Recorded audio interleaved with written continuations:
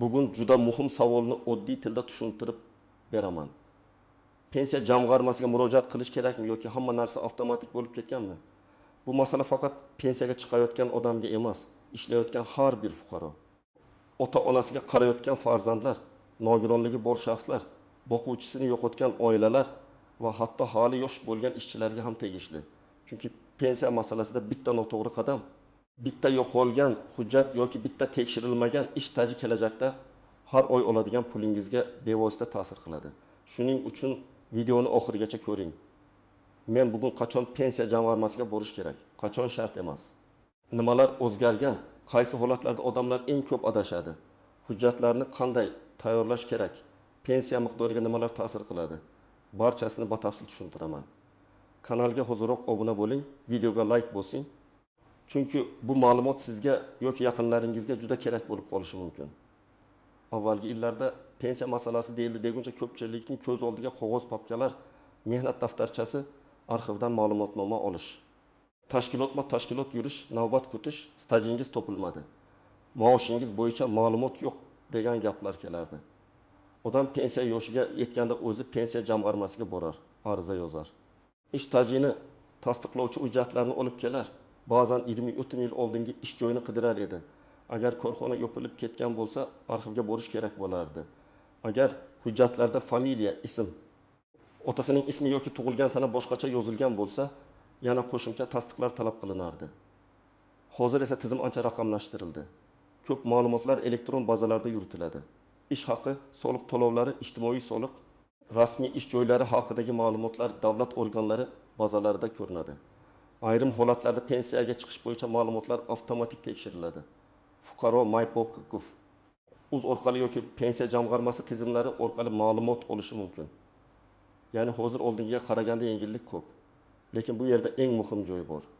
Tizim raqamlashtirilgani pensiya masalasida umuman murojaat qilish kerak emas degani emas. Ko'pchilik aynan shu joyda xato qiladi. Endi hammasi elektron bo'lsa, davlat o'zi hisoblab beradi deb yuraveradi. Natijada pensiya tayinlashda ayrim ish stajlari hisobga kirmay qoladi. Avvalgi maosh ma'lumotlari topilmaydi, imtiyozli staj tasdiqlanmaydi yoki odam pensiyaga chiqish huquqi borligini bilmay, bir necha oy kechikib murojaat qiladi. Demak, asosiy savolga javob shunday. Ayrim holatlarda pensiya jamg'armasiga murojaat qilish kerak, lekin har doim ham navbatga turib borish shart emas. Avval o'zingizning holatingizni aniqlab olish, ma'lumotlarni tekshirish, kerak bo'lsa onlayn murojaat qilish yoki bevosita tuman, shahar pensiya bo'limiga borish lozim. Asosiy qismi nimalarni bilish kerak, kim xavotir olishi kerak, kim unchalik xavotir olmasa bo'ladi. Eng avvalo pensiya masalasida 3 ta asosiy narsani tushunib olish kerak. Pensiya yoshi, ish staji va daromad ma'lumotlari. Pensiya faqat yoshga qarab beriladigan oddiy to'lov emas. Uning miqdori ko'p. Holatda sizning rasmiy ish faoliyatingiz, to'langan badallar, ish haqi, stajingiz, ayrim imtiyozli davrlar va hujjatlarning to'g'ri yuritilganiga bog'liq. Masalan, birinchi holatni olaylik. Opa 55 yoshga yaqinlashdi. Uzoq yillar maktabda ishlagan. U o'ylaydi, men butun umr davlat ishida ishlaganman. Hammasi bazada bor. Lekin tekshirsa 1993 yildan 1992 yilgacha ishlagan davrida maktab nomi o'zgargan, ayrim buyruqlar arxivga topshirilgan. Elektron bazada esa bu davr to'liq ko'rinmayapti. Agar opa oldindan murojaat qilib stajini tekshirtirmasa, pensiya tayinlanayotganda 5 yil staj masalasi muammo bo'lishi mumkin. Bu esa pensiya miqdoriga ta'sir qiladi. Shuning uchun pensiya yoshiga 6 oy yoki 1 yil qolganda hujjatlarni tekshirtirish juda foydali. Ikkinchi misol. Erkak kishi 60 yoshga yaqinlashgan, lekin umrining katta qismini norasmiy ishlagan. 1 yil bozorda savdo qilgan. 7 yil ustachilik qilgan. 5 yil qurilishda kunbay ishlagan. U men 30 yil ishlaganman deb o'ylaydi. Hayotiy tomondan bu to'g'ri, lekin pensiya hisobida rasmiy tasdiqlangan staj va to'lovlar muhim. Agar u yillarda rasmiy mehnat shartnomasi bo'lmasa, yakka tartibdagi tadbirkor sifatida ro'yxatdan o'tmagan bo'lsa, soliq yoki ijtimoiy to'lovlar bo'lmasa, bu davrlar pensiya hisobiga kirmasligi mumkin. Bunday odam albatta oldindan pensiya jamg'armasiga yoki tegishli maslahatchiga murojaat qilib, o'zining aniq stajini bilib olishi kerak. Chunki u pensiya yoshiga yetganda kutilmagan holatga tushib qolishi mumkin. Uchinchi misol. Ayol kishi bir necha farzandni tarbiyalagan, turmush o'rtog'i ishlagan, o'zi esa uzoq vaqt uyda bo'lgan. U u o'zini umuman pensiyaga haqqi yo'q deb o'ylashi mumkin. Lekin ayrim davrlar, masalan, bola parvarishi bilan bog'liq davrlar, qonunchilikdagi shartlarga qarab stajga kiritilishi mumkin. Bu yerda eng muhim narsa eshitdim, qo'shnim shunday dedi, Telegramda o'qidim bilan qaror qilmang. O'zingizning shaxsiy holatingiz bo'yicha rasmiy tartibda maslahat oling. Chunki farzandlar soni, ularning tug'ilgan sanalari, onaning ishlagan davrlari, rasmiy hujjatlar mavjudligi natijaga ta'sir qiladi. 4-misol. Fugaro davlat tashkilotida ishlaydi. Ish haqi rasmiy, soliq va ijtimoiy to'lovlar muntazam ketadi. Mehnat daftarchasi yoki elektron mehnat tarixi tartibli. Bunday odam unchalik xavotir olmasligi mumkin. Lekin baribir o'z ma'lumotlarini tekshirib turish kerak. Chunki ish beruvchi ma'lumotni noto'g'ri kiritgan bo'lishi, lavozim nomi xato yozilgan bo'lishi yoki ishga kirgan va ishdan chiqqan sana noto'g'ri tushgan bo'lishi mumkin. Bu xatolar hozir kichik ko'rinadi, lekin pensiya hisobida muhim bo'lib qoladi. Kimlar albatta pensiya jamg'armasiga murojaat qilish haqida o'ylashi kerak? Birinchi navbatda pensiya yoshiga yaqinlashganlar. Agar siz pensiya yoshiga 1 yil ichida yetadigan bo'lsangiz, hali vaqt bor deb yurmaslik kerak. Hujjatlarni tekshirtirib qo'yish eng to'g'ri yo'l. Ikkinchi guruh mehnat faoliyatida uzilishlar bo'lganlar. Masalan, bir necha yil ishlamagan, chet elda bo'lgan, norasmiy ishlagan, tadbirkorlik qilgan, fermer xo'jaligida yoki oilaviy korxonada ishlaganlar. Uchinchi guruh eski Sovet davri yoki 1990 yillar boshidagi stajga ega bo'lganlar. Chunki o'sha davr hujjatlari ko'pincha arxivda bo'ladi. Elektron bazada to'liq bo'lmasligi mumkin. 4-guruh imtiyozli pensiyaga da'vo qiladiganlar. Masalan, zararli mehnat sharoitida ishlaganlar, ayrim soha xodimlari. Ko'p yillik maxsus staj talab qilinadigan kasblar. Bunday holatda oddiy staj yetarli emas. Aynan imtiyozli stajni tasdiqlash kerak bo'ladi. Kimlar hozircha shoshilmasa bo'ladi. Masalan, 25-30 yoshdagi rasmiy ish joyida ishlayotgan, ish haqi to'liq rasmiy bo'lgan odamlar har oy pensiya jamg'armasiga borishi shart emas. Lekin ular ham yiliga kamida bir marta o'z mehnat tarixi va to'lovlarini tekshirsa, kelajakda katta muammolarning oldini oladi. Hozirgi yoshlar uchun eng katta xavf konvertda maosh olish. Ish beruvchi sizga 5 million so'm berib, hujjatda 1 million so'm ko'rsatsa, siz bugun pul olayotgandek bo'lasiz. Lekin kelajakdagi pensiya hisobida zarar ko'rishingiz mumkin. Shuning uchun bugun rasmiy maosh masalasiga befarq bo'lmang. Pensiya miqdoriga nimalar ta'sir qiladi? Odamlar ko'pincha falonchi 2 million oladi. Men nega 1 million olaman deb solishtiradi. Lekin har bir insonning staji, maoshi, ish davrlari, to'langan badallari, imtiyozlari turlicha. Masalan, 2 kishi 3 yil ishlagan bo'lishi mumkin. Birinchisi 3 yil davomida rasmiy yuqori maosh olgan. Ikkinchisining rasmiy maoshi past ko'rsatilgan. Tabiiyki, pensiya hisobida farq bo'ladi. Yana bir odam 25 yil stajga ega, lekin ayrim davrlari imtiyozli hisoblanadi. Boshqasida 35 yil bor, ammo ko'p davrlar tasdiqlanmagan.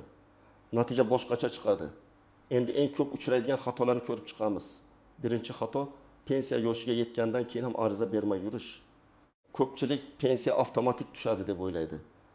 Ayrim jarayonlar elektronlashgan bo'lsa-da, huquqni rasmiylashtirish, ariza, ma'lumotlarni tasdiqlash kabi bosqichlar bo'lishi mumkin. Agar siz vaqtida murojaat qilmasangiz, pensiya tayinlanishi kechikadi. Ayrim holatlarda to'lovlar murojaat qilingan vaqtga bog'liq bo'lishi mumkin. Shu sababli pensiya yoshiga yaqinlashganda aniq tartibni oldindan bilib oling. Ikkinchi xato, faqat mehnat daftarchasiga ishonish. Mehnat daftarchasi muhim hujjat, lekin undagi yozuvlar noto'g'ri, to'liq emas yoki mursiz bo'lsa, muammo chiqadi. Masalan, ishga qabul qilingan buyruq raqami bor, lekin ishdan bo'shagan sana yo'q. Yoki korxona nomi qisqartma bilan yozilgan, lekin muhrda boshqa nom. Yoki familiya turmushga chiqqandan keyin o'zgargan, lekin hujjatlarda bog'lanish ko'rsatilmagan. Bular mayda ko'rinadi, ammo pensiya tayinlashda tasdiq talab qilinadi. Uchinchi xato, arxiv hujjatlarini kech qidirish. Agar siz 1990 yillarda 2000 yillar boshida yopilib ketgan korxonada ishlagan bo'lsangiz, pensiya yoshiga yetganda birdan arxiv izlash ancha qiyin bo'lishi mumkin. Arxivdan ma'lumotnoma olish vaqt oladi. Ba'zan hujjatlar tuman arxivida bo'ladi, ba'zan viloyat arxivida, ba'zan korxona hujjatlari boshqa tashkilotga topshirilgan bo'ladi. Shuning uchun oldindan harakat qilish kerak. 4-xato. Norasmiy ishni staj deb hisoblash. Men har doim aytaman, hayotda ishlaganingiz bilan huquqiy jihatdan tasdiqlangan ishlaganingiz boshqa narsa. Agar siz ustachilik qilgan bo'lsangiz, odamlar sizni taniydi. Hamma, ha, u 10 yil ishladi desa ham, pensiya hisobida og'zaki guvohlik har doim ham yetarli bo'lavermaydi. Qonunchilikda qaysi davr qanday hujjat bilan tasdiqlanishi aniq bo'ladi. Shuning uchun imkon qadar rasmiy ishlash, mehnat shartnomasi tuzish, tadbirkor bo'lsa ro'yxatdan o'tish, soliqlarni to'lash zarur. 5-xato. Chet elda ishlagan davrni noto'g'ri tushunish. Ko'p yurtdoshlarimiz Rossiya, Qozog'iston, Koreya, Turkiya yoki boshqa davlatlarda ishlagan. Bu davr pensiya hisobiga kiradimi? Kirmaydimi? Qaysi shartlarda kiradi? Xalqaro shartnomalar bormi? To'lovlar qayerga qilingan? Hujjatlar qanday tasdiqlanadi? Bularning hammasi alohida tekshiriladi. Men chet elda 8 yil ishladim. Demak, stajim 2 yil qo'shiladi deb o'ylash noto'g'ri bo'lishi mumkin. Agar rasmiy ishlagan bo'lsangiz, shartnoma ish beruvchi ma'lumotnomasi sug'urta to'lovlari, tarjima va tasdiqlash masalalarini oldindan aniqlang. 6-nozik jihat nogironlik pensiyasi. Boquvchisini yo'qotganlik pensiyasi va yoshga doir pensiya bir xil narsa emas. Ba'zi oilalar boquvchisi vafot etganda nima qilishni bilmaydi. Otamiz ishlagan, endi nima bo'ladi deb vaqt o'tkazib yuboradi. Boquvchisini yo'qotgan oila a'zolari, voyaga yetmagan farzandlar, ayrim hollarda o'qiyotgan farzandlar yoki mehnatga layoqatsiz oila a'zolari bo'yicha alohida tartiblar bo'lishi mumkin. Bu yerda ham pensiya jamg'armasiga vaqtida murojaat qilish kerak. Chunki har bir oilaning daromadi uchun muhim. 7-nozik jihat pensiya qayta hisoblanishi mumkin bo'lgan holatlar. Ba'zi odamlar pensiya tayinlandi, endi uni o'zgartirib bo'lmaydi deb o'ylaydi. Aslida yangi hujjatlar topilsa, ilgari hisobga olinmagan staj tasdiqlansa, ayrim ma'lumotlar aniqlansa, qonunchilikda belgilangan tartibda qayta ko'rib chiqish masalasi bo'lishi mumkin. Masalan, odam pensiya chiqqanda 28 yil staji hisoblangan, keyin arxivdan yana 4 yil ish staji topildi. Bunday holatda u tegishli hujjat bilan murojaat qilib, pensiya ishini qayta ko'rib chiqishni so'rashi mumkin. Albatta. Natija hujjatlarining haqiqiyligi va amaldagi tartibga bog'liq. 8-nozik jihat familiya, ism va hujjatlardagi farqlar. Bu ayniqsa ayollarda ko'p uchraydi. Qizlik familiyasi bilan ishlagan, keyin turmushga chiqqan, pasport almashtirgan, keyin yana hujjatlarda boshqa yozuv paydo bo'lgan. Masalan, Karimova bir joyda Karimova, boshqa joyda Karimova M, yana bir joyda Karimova muhabbat o'rniga muhabbat deb yozilgan, oddiy ko'rinadi. Lekin ba'zan bitta harf farqi ham tasdiq talab qilishi mumkin. Shuning uchun nikoh guvohnomasi, familiya o'zgargani haqidagi hujjatlar, tug'ilganlik guvohnomalari va boshqa tasdiqlarni tayyorlab qo'yish kerak. 9-nozik jihat. Pensiya olishni davom ettirayotgan odam ishlasa nima bo'ladi? Ko'pchilik pensiyaga chiqqandan keyin ham ishlaydi. Bu holatda rasmiy ish, qayta hisoblash, to'lov tartibi, ayrim cheklovlar yoki qo'shimcha imkoniyatlar bo'yicha amaldagi qoidalarni bilish muhim. Chunki qonunchilik vaqt o'tishi bilan o'zgarishi mumkin. Shuning uchun oldin shunday edi degan gap bilan yashamang. Har doim hozirgi tartibni tekshiring. 10-nozik jihat ishonchnoma orqali murojaat qilish. Ota-onangiz qari, yurishi qiyin yoki boshqa shaharda bo'lishi mumkin. Bunday holatda farzandlari ularning nomidan harakat qilmoqchi bo'ladi. Lekin pensiya jamg'armasi shunchaki og'zaki topshiriq bilan hamma ma'lumotni beravermaydi. Kerakli hollarda notarial ishonchnoma, shaxsni tasdiqlovchi hujjat, qarindoshlikni tasdiqlovchi hujjat talab qilinishi mumkin. Shu sababli ota-onangiz pensiya yoshiga yaqinlashgan bo'lsa, ularning hujjatlarini birgalikda tartibga keltiring. Endi eng muhim qismi o'tamiz, amalda nima qilish kerak? Men sizga bosqichma-bosqich tavsiya beraman. Birinchi qadam. O'z holatingizni aniqlang. Siz pensiya yoshiga yaqinmisiz? Stajingiz qancha? Rasmiy ish joylaringiz bormi?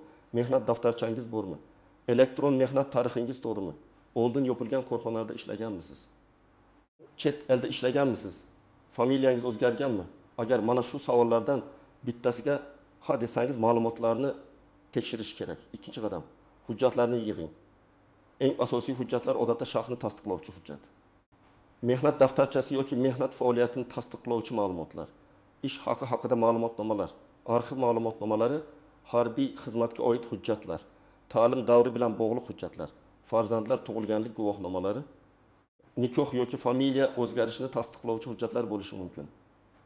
Aniq ro'yxat sizning holatingizga qarab farq qiladi. Shuning uchun hujjatlarni ko'proq olib borsam zarar qilmaydi, tamoyili bilan tayyorlang. 3-qadam. Elektron ma'lumotlarni tekshiring.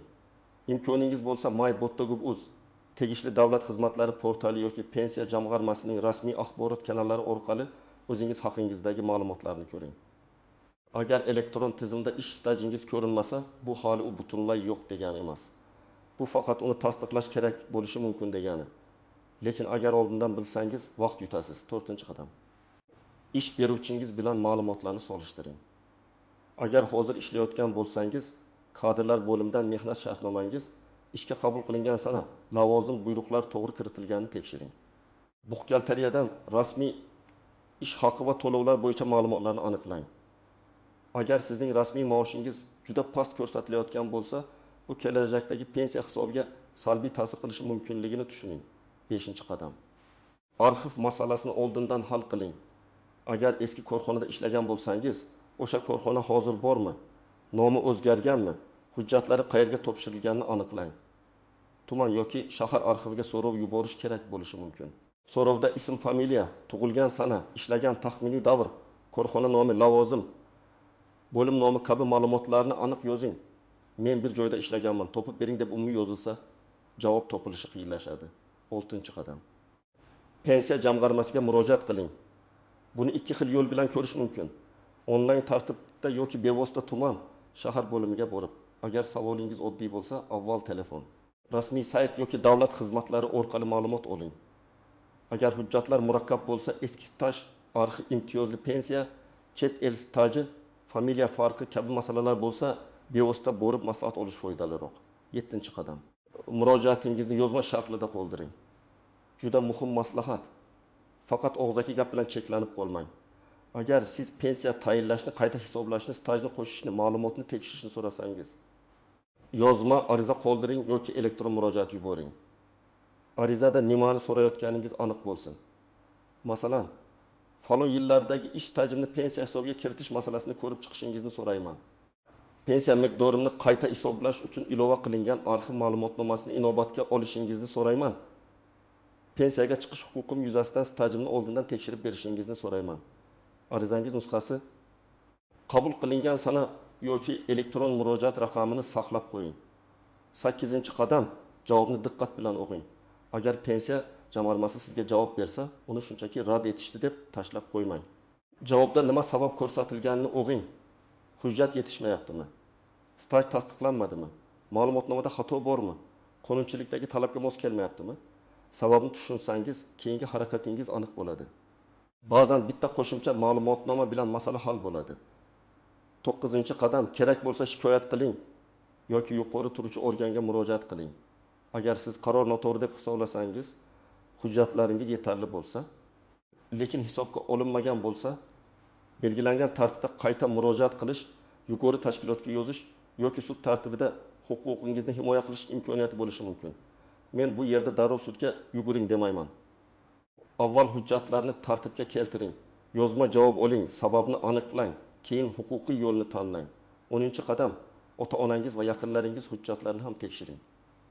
Ko'pincha farzandlar ota-onasining pensiya masalasiga kech aralashadi. Otasi yoki onasi pensiyaga chiqayotganda hujjat topilmay qoladi. Shuning uchun bugunoq ulardan so'rang. Mehnat daftarchangiz qayerda? Eski ish joylaringiz ro'yxati bormi? Familiya o'zgargan hujjatlar bormi? Harbiy bilet, diplom, farzandlar tug'ilganlik guvohnomalari saqlanganmi? Bu savollar hozir oddiy tuyuladi, lekin ertaga katta yordam beradi. Alohida tavsiya. Hujjatlarning nusxasini qiling va elektron shaklida saqlang. Telefoningizga rasmga olib qo'yish ham foydali, lekin yaxshisi skaner qilib nomlab saqlang. Masalan, mehnat daftarchasi bir bet, 1995-1999 arxiv ma'lumotnomasi, nikoh guvohnomasi, harbiy bilet. Hujjat yo'q bo'lsa, hech bo'lmaganda nusxa va ma'lumot qoladi. Yana bir muhim maslahat. Ijtimoiy tarmoqlardagi umumiy maslahatlarni o'zingizga avtomatik tatbiq qilmang. Pensiya masalasida har bir insonning holati individual. Bitta odamga qo'llanilgan qoida boshqasiga to'g'ri kelmasligi mumkin. Kimdadir staj yetarli, kimdadir maosh ma'lumotlari muhim, kimdadir imtiyozli davr bor, kimdadir hujjatdagi xato asosiy muammo. Shuning uchun rasmiy manbaga tayaning. Endi asosiy savolga yana bir marta aniq javob beraman. Pensiya jamg'armasiga murojaat qilish kerakmi? Agar siz pensiya yoshiga yaqinlashgan bo'lsangiz, albatta murojaat qiling yoki kamida ma'lumotlaringizni tekshirtiring. agar pensiyangiz tayinlangan, lekin stajingiz to'liq hisoblanmagan deb o'ylasangiz, ha, murojaat qiling. Agar yangi arxiv hujjati topilgan bo'lsa, ha, murojaat qiling. Agar boquvchini yo'qotganlik, nogironlik, parvarish, imtiyozli pensiya kabi holatlar bo'lsa, ha, vaqtni bo'y bermang. Agar siz yosh bo'lsangiz, hozircha har oy bo'lishingiz shart emas, lekin rasmiy ishlayotganingiz, to'lovlaringiz va mehnat tarixingiz to'g'riligini muntazam tekshirib boring. Bugun biz pensiya masalasida eng muhim narsani ko'rdik. Raqamlashtirish ko'p ishni yengillashtirdi, lekin fuqaroning o'z hujjatiga, stajiga va rasmiy ma'lumotlariga mas'uliyat bilan qarashi baribir zarur. Pensiya jamg'armasiga murojaat qilish ko'p hollarda muammoni oldindan hal qiladi. Eng katta xato esa pensiya yoshiga yetganda 1-marta hujjat qidirishni boshlashdir. Mening tavsiyam oddiy, pensiya yoshiga yaqinlashsangiz 6 oy yoki 1 yil oldin ma'lumotlaringizni tekshirtiring. Eski stajingiz bo'lsa, arxivni oldindan qidiring. Norasmiy ishga ishonib qolmang. Rasmiy maosh va to'lovlar kelajakdagi pensiyangizga ta'sir qilishini unutmang. Har qanday murakkab holatda yozma murojaat qiling va javobni saqlang. Agar sizda pensiya bilan bog'liq savol bo'lsa, izohlarda yozing. Staj arxiv qayta hisoblash. Imtiyozli pensiya yoki ota-onangiz hujjatlari bo'yicha qaysi masala sizni qiynayapti? Videoga like bosing, kanalga obuna bo'ling va yaqinlaringizga ham yuboring. Chunki bu ma'lumot bir kun kelib har bir oilaga kerak bo'ladi.